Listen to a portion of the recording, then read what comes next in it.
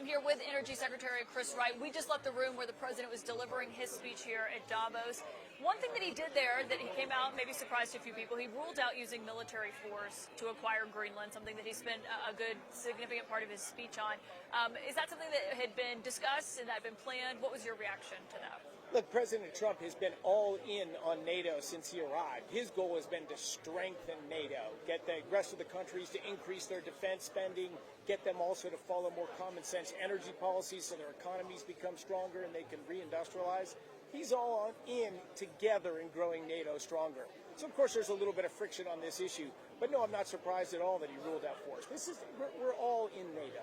One thing that you said recently while you were here at Davos is that taking Greenland, having the United States possess Greenland as the president wants, is not about capturing resources. You said it's about national security. I think some people might look at that and say a big part of the president has talked about is not just national security, but also the rare earth minerals and all of that Greenland does have in its possession. I think he's more promoting that for economic development opportunities for Greenlanders. This is an expensive place to mine. It's a remote place. Is there an interest to capture those resources for the U.S.? Absolutely not. This is about national security. But if you have U.S. economic involvement in Greenland, are there opportunities for upside jobs and economic opportunity for the locals? That's one possible option. Absolutely. Have you been mapping that out? What would that look like in terms of the investment, the cost, if the president is as realistic about it as he says he is?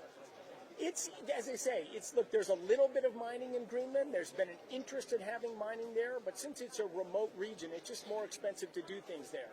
So you've got to find the right place with easy road access and the right long-term view to develop that. But if that was a U.S. territory or whatever, would the country go above and beyond to try to create economic opportunity there? Absolutely it would. But Greenland has always been about national security. If it's about national security, why not use the existing agreement in place where the United States could put a military base there today? We have a military base there today. So yes, there's ways to do this, but I think the president said if we're going to make the huge investments of the Golden Dome and build a large national security system, and it's in the Western Hemisphere, he's always felt strongly that it's better ultimately under U.S. sovereignty. Ultimately under U.S. sovereignty. Can I ask you on Venezuela? I know that'll be a part of the president's speech tomorrow that's focused on foreign policy. One Republican, Thomas Massie, has questioned why the United States needs to keep the money it makes from the Venezuelan oil in a Qatari bank account instead of just using it in the United States. What is the answer to Thomas Massie, who's raised that question? This just sanctions in U.S. law and the ability to flow funds quickly. From the extraction of Maduro and his wife on drug charges to flowing money back into Venezuela was about a week. We wanted to move as quickly as we could to stabilize the situation in Venezuela, and we have sanctions that we're in the process of removing and rejiggering on Venezuela, but we just did something that was simple and expeditious, always under the control of the United States government. All these accounts are under United States government control. Ultimately, in the long run, will that just flow through U.S. territory? Sure it will. So ultimately, it won't be in a Qatari bank account. It'll be in a United States bank account. I'm sure it'll move that way.